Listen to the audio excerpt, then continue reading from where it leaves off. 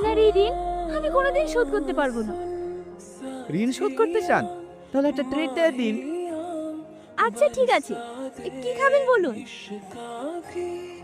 এখন নয়, অন্য এক সময়। তাহলে আজ বিকেলে কোনো রেস্টুরেন্টে বসি।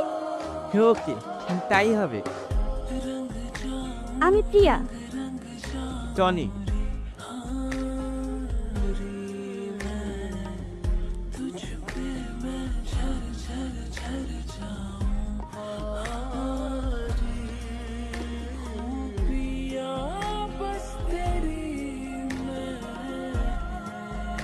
আপনাকে একটা কথা বলবো।